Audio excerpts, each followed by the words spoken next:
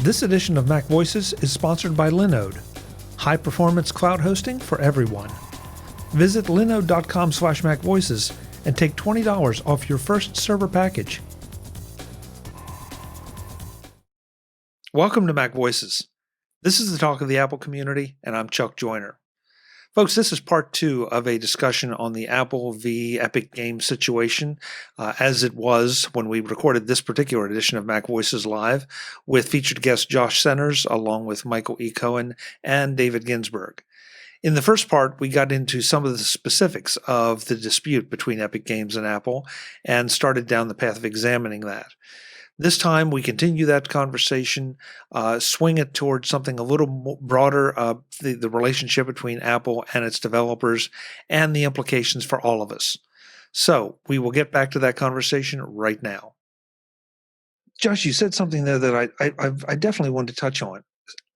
Okay, so you think you should have the right to install anything you want on your phone. Okay, So that's easy. Go and buy an Android phone and install your little heart out, okay? Because iPhone is not even the dominant phone when it comes to market share. So, it's not like, that's where the monopolistic thing, I think, falls apart. Now, see, I agree with you in theory. It's actually addressed this in the article. I agree with you in theory. Here's the problem, though, is Apple, makes a lot of the services built in the iPhone very sticky.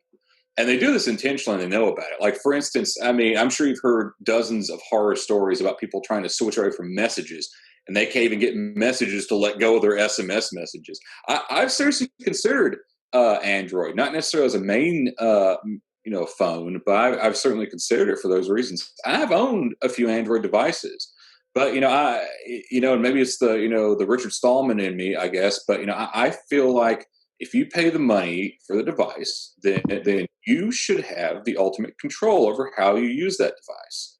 I understand the arguments about keeping users safe, but because we're dealing with much broader issues here. Like, I don't like the idea of having machines, electronics, and this applies very broadly. Okay, like farmers are having to deal with this because farmers, they'll buy a John Deere tractor. John Deere is the worst about this. They'll spend $40,000, $50,000, $60,000. I don't know how any farmer makes money. They'll spend $60,000 on like a harvester or a tractor or something. It breaks. They can't fix it. They're not allowed to fix it. It's all the software in there is all DRM'd, encrypted, and they're not allowed. And and people can make jokes about Richard Stallman and him eating stuff from his foot or whatever. He was 100% right about this stuff, and he's 100% right about it 40 years ago. In that, the era we're in. So let's imagine we start entering the era of augmented reality. Okay, and people start putting crazy goggles on their face that because like people have a hard enough time distinguishing between reality and fantasy as is, right? And so people put the crazy goggles on, and society changes in such a way so you have to have the AR goggles. Just like, a lot of us like to say, oh, we don't need a smartphone, but you really do, don't you? You really do to participate in society now. So one day you might have to, depend on the crazy goggles. And okay, let's say you have no control over what the AR goggles show you, and Apple decides, oh, we're going to, decide what you see, how you interpret things. I know I'm getting a little out there. I know I'm getting a little, sci-fi Alex Jonesy here, but it's something to consider about the broader dangers. First of all, just respect. As a human and for yourself as a human, and respect for property rights, not just Apple's property rights, which I think I'm trying to respect here, because I personally have no issue with how they run the App Store, as long as there is that escape route, as long as I have the option to bypass, right?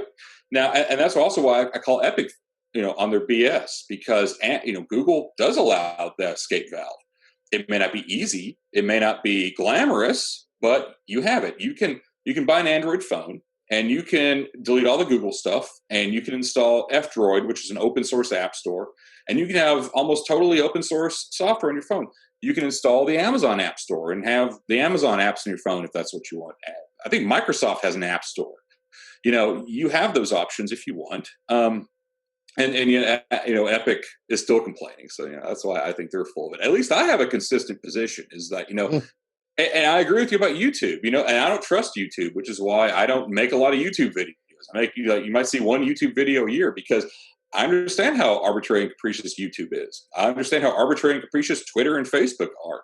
It's why I host my own website, joshsanders.com, on my own domain through a very free speech affirming registrar on a very free speech respecting VPS that I have almost total control over using an open source system that I can very easily upload somewhere else if I need to. So, yeah, I'm fully aware of these issues. But, we come to the point where you may not have the escape valves. Like, for instance, I know I'm getting totally off in the weeds here, but it comes to YouTube. So I find YouTube really interesting because here's the thing is like, I don't know how they make money because anywhere else where you try to host video, either they charge you or, they're losing money. Have you ever tried to host your own video? I'm sure Chuck has. It's super expensive trying to host your own video. I mean, you host like a 5-second video in the lowest resolution, it's going to kill your bandwidth bill. So, like YouTube, I think kind of has a spooky monopoly over that particular situation, and which is a bit scary because we're moving into an era where people are using text less and relying on video more. That's probably another show. But anyway, my point is, just laying out my general philosophy on this is that we should have control over the technology in our world because otherwise the technology has control over us.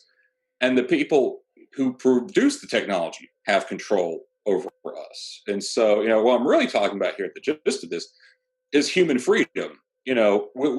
Respecting Apple's business policies and respecting most people are idiots who will install 15 toolbars in their browser and viruses and all that. I understand. I'm annoyed by that stuff too. And honestly, if Apple allowed side loading, I probably wouldn't use it very much. But I do think it should be an option. And in theory, but see, I'm a little shakier on that now because for the longest time I said, well, there would be no complaining if you allowed side loading, and then Epic goes and sues Google, because they're not rolling out a red carpet and kind of pouring him champagne every day and coming to rub Tim Sweeney's feet. I don't know.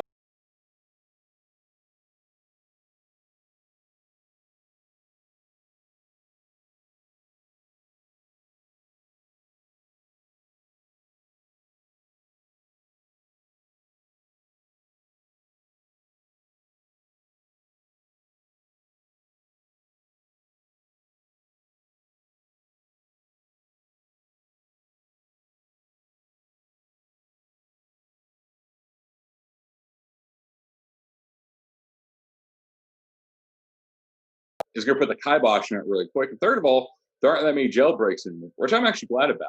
Now there actually are ways to sideload extra app stores on your phone. It's there now. They use the enterprise certificates. But see, that actually strengthens my argument because Apple would say if you let other app stores on your phone, it's going to be the Wild West and viruses everywhere. It happens now. It's just Apple kind of looks the other way.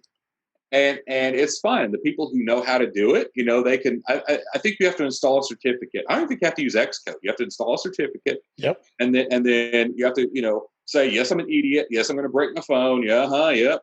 And then, and you can do it. So Apple kind of allows it. And so really all I'm asking for is for Apple to say, that's fine if you want to do that. That's fine if you want to do that. You take risk in your own hands, just like, we have cars with governor chips that don't let you go so fast on the road. If you want to get past that, you want to go flying 160 down the road like an idiot, well, that's your decision, right? Because, not everything is ever going to be perfectly safe. Now, that said, I still think iOS will be – here's what's funny. So Epic's entire complaint about the Fortnite situation is, well, we tried to distribute outside the Google Play Store. Nobody wanted to install it. Right, because – just to be honest here, most users, especially on a phone, are kind of lazy and they don't really know how to do stuff. They want to open up the Play Store, the App Store, and install the Fortnite. And where the heck is it? Why do I have to install this? Most people aren't going to bother with that stuff. If you give them a nice, easy path into, here's the normie things you want to do. You want to get, Quicken and Fortnite and whatever. It's just all right here in one place. And then the weirdos like me can install, I don't know, alternative launchers and all sorts of horrors on our phones and grumble about it. So I think Google, oddly enough, has actually shown that this system can work. Now, and I have a lot of problems with the Google Play Store. Like, there actually is malware in the Google Play Store that Google's like, yeah, sure, just let it on in. But see, so I would actually much rather have the regime of the iOS store where things actually are, vetted better. I mean, for all my complaints about Apple, they do a much better job than Google in that regard. So, like I said, this system I'm talking about, it already exists. It's just merely a matter of saying, yeah, that's fine to do. We're not going to shut it down because, I have a feeling if any of these alternate app stores or alternate apps got, big enough, Apple would, quickly put the kibosh on it. So, that's all I have to say. Well, if you really want to do that, flip enough switches and maybe void your warranty. I mean, there's a lot of levers Apple could push here to make weirdos like me happy while also keeping the iPhone a safe platform. I don't want to be junked up either. I like the fact I can give my mom an iPad and she can't break it. Somehow she did, but we got it fixed. But, it's not like, you give somebody a Windows computer and, it's just toolbars everywhere and 15 antiviruses. I wanted to hit your point on the enterprise thing. There was, I don't remember the app that did it, but they did have an app that someone did that, and they were using an enterprise license, which we're not supposed to do, and was able to do the side loading like they did. Now, enterprises are going to risk losing their licensing if they were to allow anybody to do that type of side loading. There's plenty of companies out there that are doing that side loading because they have their specialty apps that are only accessible to that company. Like let's say like a company like IBM or GE or something like that, who are doing like research and engineering type apps that are internal only to their audience. If they were to open that up to other folks, then we definitely would be dealing with all kinds of crazy licensing issues, as well as risking them having their access revoked as well. And I also, if Apple does this under whether it's through the enterprise license system or some other system, it's going to hurt them.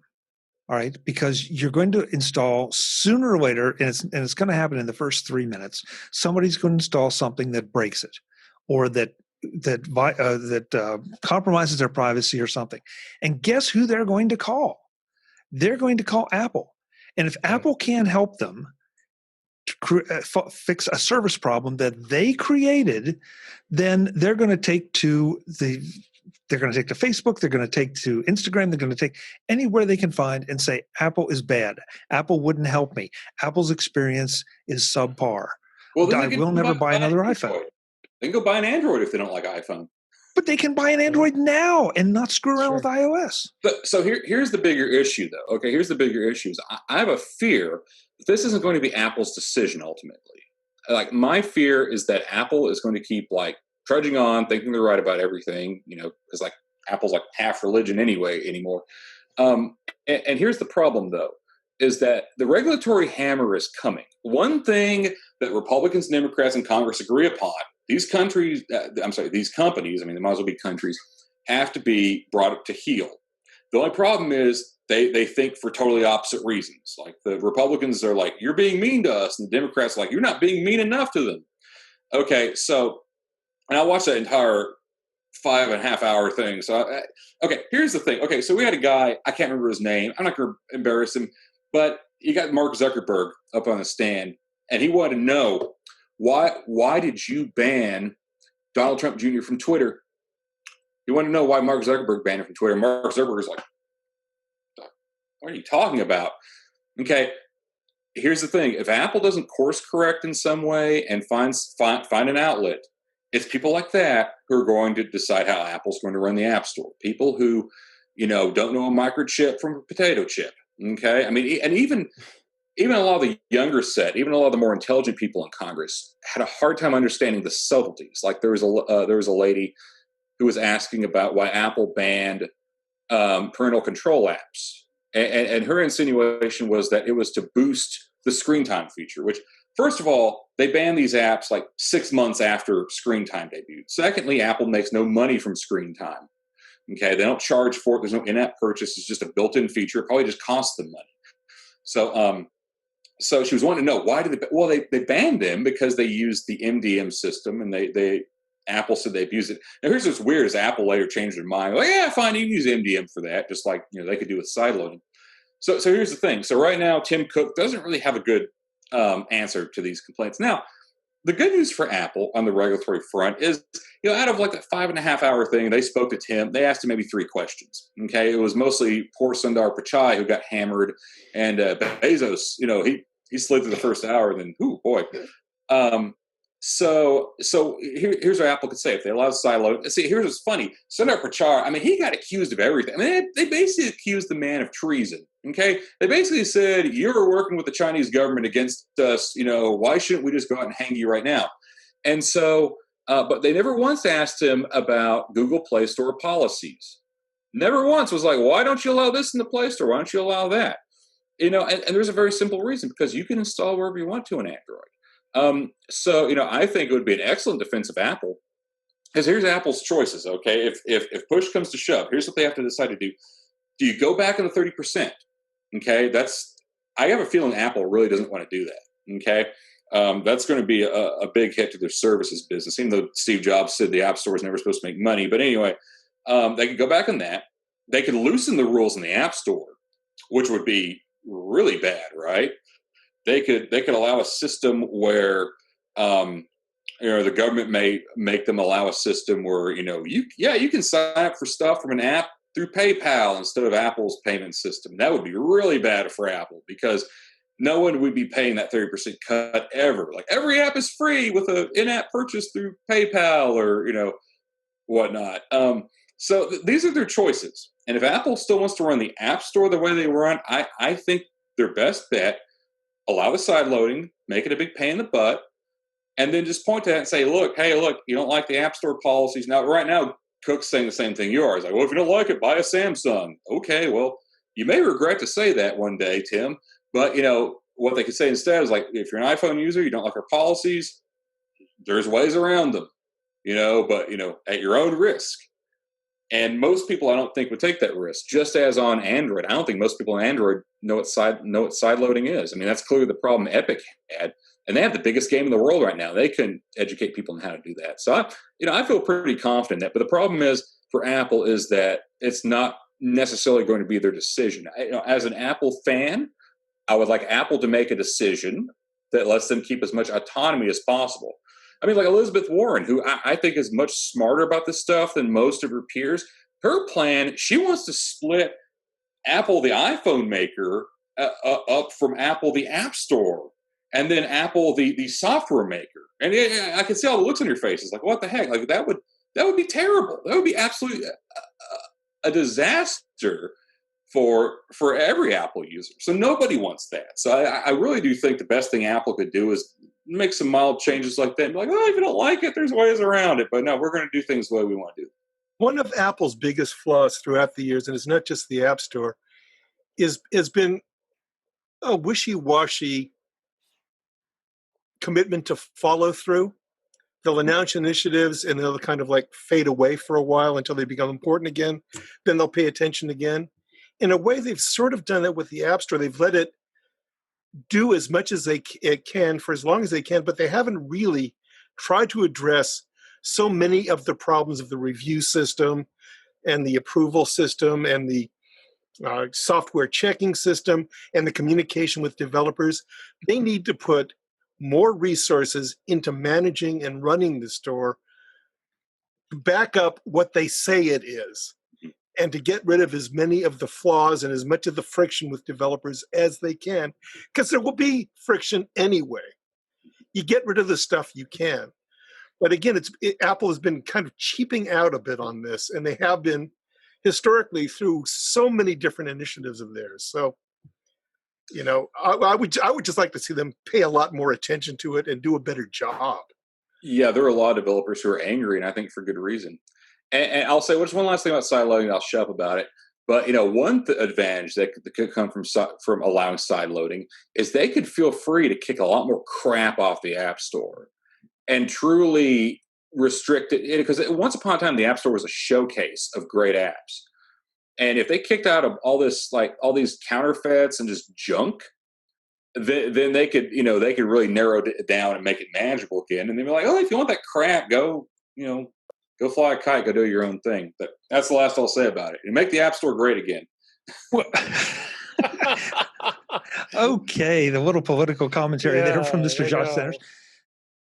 This edition of MacVoices is supported by Linode. Need a virtual server? You can build it on Linode. Linode specializes in cloud computing, making it easy for anyone to get their website or online service up and running quickly and to keep it running. How do they do it? By providing a huge variety of one-click installs for things like WordPress, Drupal, WooCommerce, Plesk, OpenVPN, Prometheus, Arc, and many more. Then they keep it running, and keep it running fast, with industry-leading processors, a 40 gigabit network, and SSD storage. And if you need help deploying your site or your service, or to keep it running at peak efficiency, you can take advantage of the extensive library of guides, tutorials, a community of Linode users, a support bot, and their 24/7 365 customer support. Find out more about Linode and all they offer, because I can't cover it all here no matter how hard I try. Visit linode.com/MacVoices and get $20 off your first server. That's linode.com/MacVoices and $20 off your first server. You've been putting off that project. Now it's time to get it done at linode.com/MacVoices and save $20 doing it. Thanks to Linode for their support of MacVoices. Josh, but okay, so let's just say that I'm going to keep it going. Let's say that they do that, all right? How are you going to determine which are the crap apps and which are the shining stars? Because you know that that's the first developer that gets kicked out is going to say, I'm being discriminated against. For some reason, they're going to concoct a reason. And so, right now, there's one way into my iPhone, aside from jailbreaking, and that's through the App Store, and that's through Apple's system, flawed or not, adequate or not. We can that too is another discussion. But right now, they control that. And most of it, sure, look, mistakes happen and things slip through. But for the most part, Apple is trying to control what is available for me to put on my iPhone. But if they allow sideloading, all that control goes out the window. And let me bring up another point, because it relates to one of Josh's examples too, about take the governor off your car if you really want to go 120. And that's fine if you're the only one on the highway. When it comes to a phone, that's fine if you're not connected to a network that connects you to the entire darn world that you can possibly bring down through malware or something else. There are risks that you're taking when you put stuff on your device that may not be your risk alone. And that's where the App Store kind of has to step in and vet apps to make sure they don't do that sort of nasty stuff. I mean, that's Michael. It's a great point. And I think that is something. Look, I can't build my house without a GFI in the bathrooms, in the kitchen, to protect me from myself.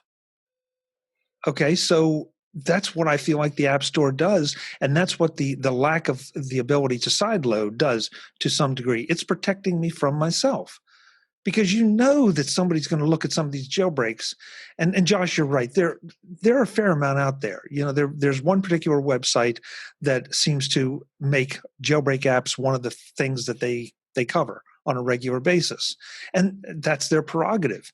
As long as it's labeled jailbreak, okay, fine. But these things are, some of them they add some function, nothing I've ever seen that I really felt like I had to have. But some of them are 110% frivolous. And yet somebody's going to install that because, oh yeah, it looks, my screen now looks purple and green and I love it. And meanwhile, there's something nefarious going on. And to Michael's point, maybe there's something that is spreading to your friends, your neighbors, or the internet. I do wonder. I mean, no, I think that's a good point.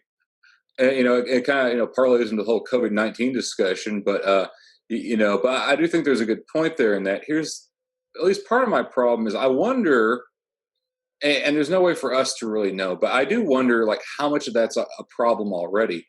Like for instance, there's this big push to ban TikTok, and from some of the things I've seen, there's a lot of stuff they're doing that they probably shouldn't be able to do. One of the interesting things, and this is one of the milder examples, when people installed the iOS 14 beta, they noticed that like every time they open TikTok is reading your clipboard. It's reading your clip because there's this new feature that tells you when an app's reading your clipboard. It was just constantly reading your clipboard for like anything you had in it. And I've seen some analyses of TikTok that bring up some very concerning, like, I think there was the guy on Reddit who discovered that the app basically scans your entire network out. And forgive me if I'm remembering that wrong. So there are, there's already some security risks with iOS apps. I'm wondering, like, just how good of a job Apple is doing here. Yeah, that's my fundamental point. They need to devote more resources to that end of their App Store business to validate their policies. Yeah, I agree 100% with that. I don't think. Sorry, Josh, go ahead. Oh, I was going to say, I don't think Apple's been upholding their end of that deal at all. I mean, maybe better than Google, but I don't think the App Store review is that good, especially not anymore. I mean, they turn things around very quick. I think a lot of the safety of iOS these days is through all the tight built-in security of the operating system itself, just as it is on the Mac. Yeah, they're building much more secure libraries. They've got sandboxing, as you said, all sorts of other things that make it impossible or very difficult to run stuff that bypasses the system. Nonetheless, the App Store needs to be doing a better job. Yeah. And they need to devote more explicit attention to it. And they need to actually call it out to let people know what they're doing much more. Right now, it's a black box. And that makes everybody nervous. Yeah, it makes everybody nervous, but it also, they're not telegraphing their punches. I think they need to be more transparent with developers in particular, because, and this is a very common complaint. I mean, now I follow a lot of developers on Twitter and elsewhere. I don't think I know a single one who hasn't had an App Store rejection. And usually over stuff they're just scratching their head about, stuff that was fine for years. And suddenly Apple's like, no, that's bad. Rewrite your app.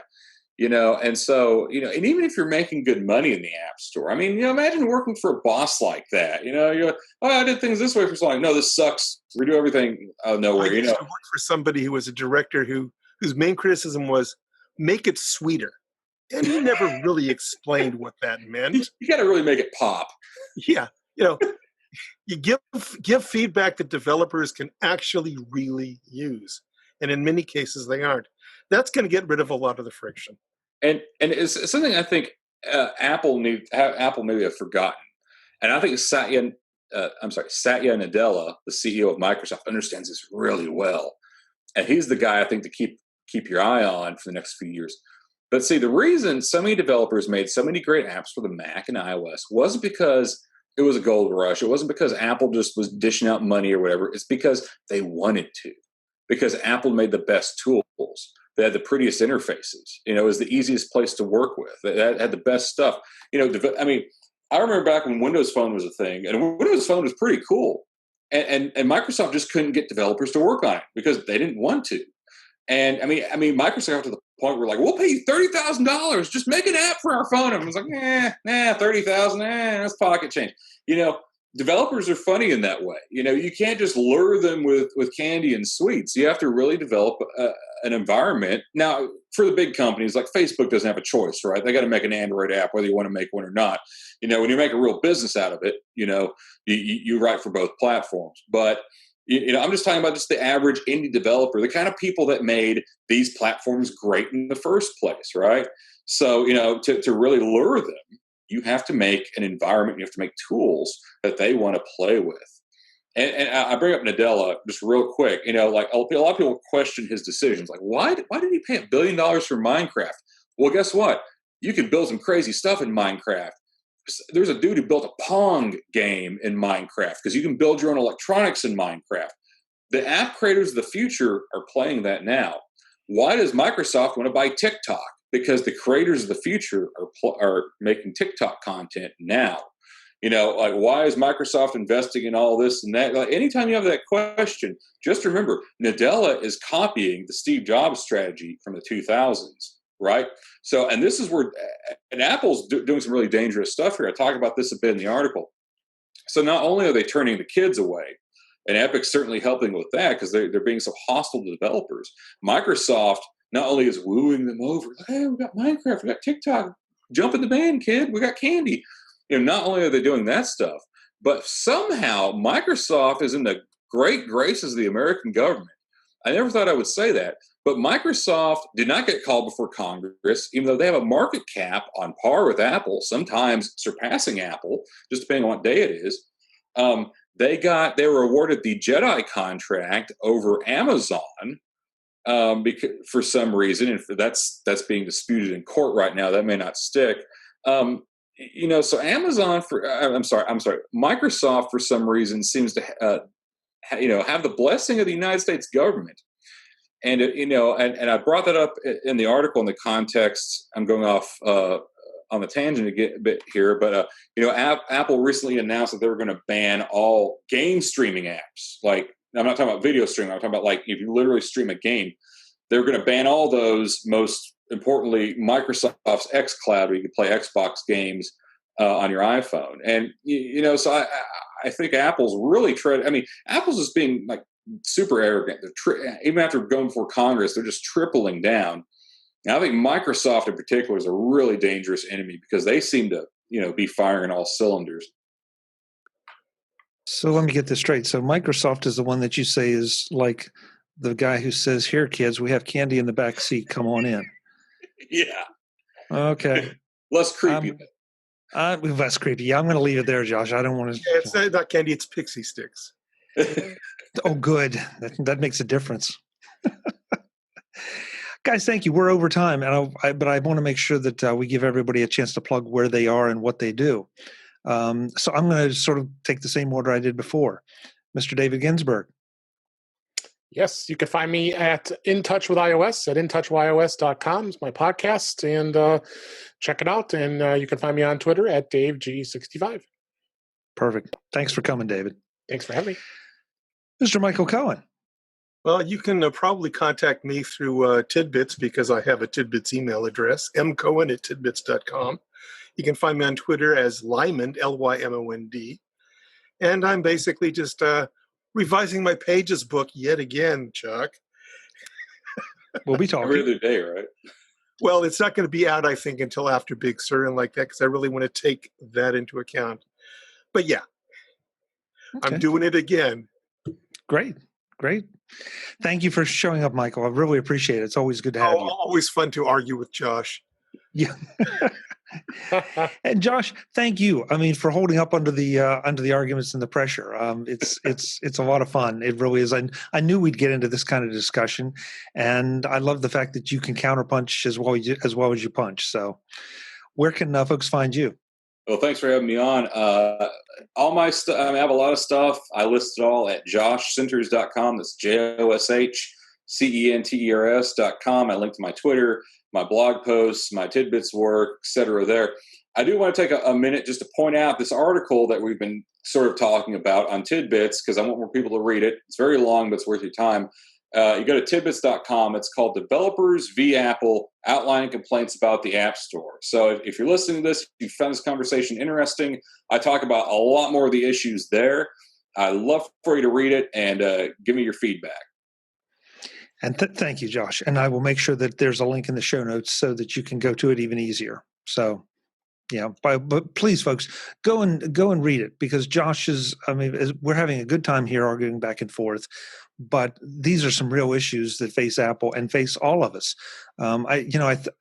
I personally think it's interesting in listening to all the arguments that were put forth here because they're all kind of compelling. I mean, I'm not wedded necessarily to just my own ideas. These gentlemen pointed out some things that maybe I really hadn't thought about. So maybe I have to go back and revise my opinion just a little. Thanks again, guys. Good to see y'all. Good to see you. Folks, I'm Chuck Joyner. This is MacVoices. MacVoices Live. We will do MacVoices Live again next Tuesday, 8 p.m. Eastern. Please feel free to join us here on Facebook, and you never know where we might be by then. Until the next time, and as always, thanks for watching. Visit MacVoices.com for show notes and to connect with Chuck on social media. Get involved in our Facebook group or like our Facebook page, and get more out of your Apple tech with MacVoices Magazine, free on Flipboard and on the web. And if you find value in it all, consider supporting us through either our Patreon campaign at patreon.com/MacVoices or by making a one-time donation via the PayPal link on our front page and in the show notes of each episode. you will join these fine people who help bring you Mac Voices.